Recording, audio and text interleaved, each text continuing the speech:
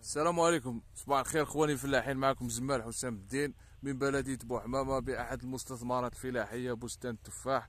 كما راكم تشوفوا رانا في هذا البستان للتفاح يحمل على لي فاريتي جولدن ورويال غالا ورويال جالاكسي. لو بورتغراف راهو من صنف ام 109.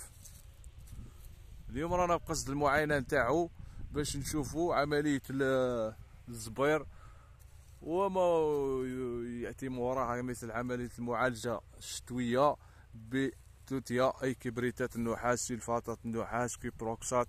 هذو كامل مادات فعالة عندها تعتبر وقائية ضد الأمراض الفطرية اللي نقوموا بها كمعالجة شتوية. نديروها مورا الزبير بأسبوع ولا في مدة زمنية قصيرة، لأنها تحتوي على مادة النحاس اللي تعتبر مادة ذات فعالية تقضي على الفطريات، وكذلك كأنها تدفي الشجرة تاعنا، أي أنه الشجرة بعد ما تصبر راها تولي شوية الأحوال الجوية باردة وكذا. كما راكم تشوفوا موراها بعد أسبوع ولا 8 أيام نقوموا بعملية رش الزيوت البترولية أي الزيت البيضاء اللي تعتبر مبيدات حشرية تخنق لنا الحشرة تاعنا اللي تعتبر دركا في حالة سبات وتحتوي على قوقعات، تخنقها لنا وتنقص لنا بنسبة 50 إلى 60% كما راك تشوفوا.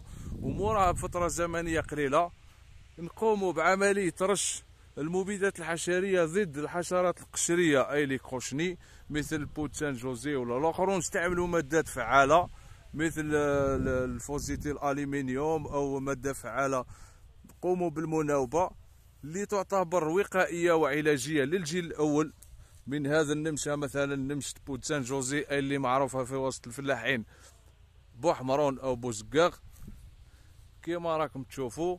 موراها نقوموا بعملية طلي الجير مع التوتيا أي تحضير لابوي بوردولاز بالطريقة الثانية اللي تعتبر فعالة، عندها دوبل أكسيون مزدوجة الفعالية ضد الفطريات ومنفر وتعتبر كمنفر الجير، أي أنه يعتبر منفر للحشرات وينقص لنا الإصابة، أي أنها عند طلي الجذع تاعنا بالتحضيرة تاعنا تاع لابوي بوردولاز نسبة إلى بوردو الفرنسية اللي دارت فيها في عام 1882 في لي فينيوبل أي بساتين العنب في هذا المكان في الضفة الأخرى. وعندها ورشوها وانه نقوموا بدهن الطلاء هذا حتى الفروع هنا، ولا نقوموا بدهن الاماكن المتضرره كما راكم تشوفوا. ويكون تحضيرها بنسبه 5 كيلات كما نقولوا احنا 5 دوز تاع لاشو تاع الجير مع كيلان تاع التوتيا، اي مثلا في معيار تاع 200 غرام توتيا نخلطوا معها كيلو غرام من لاشو من الجير، وتعتبر فعالة وتقضي لنا على الحشرات اللي راها تقوم اللي تهبط لنا هنا اللاكيفات وتقوم بالدورة تاعها، وحنا كي تعود تنفرها مادة الجير ما تطلع الناس الشجرة تاعنا وتجيب مفعول وتمنع النمل كل ما بيشرون كل ما هو حشرات.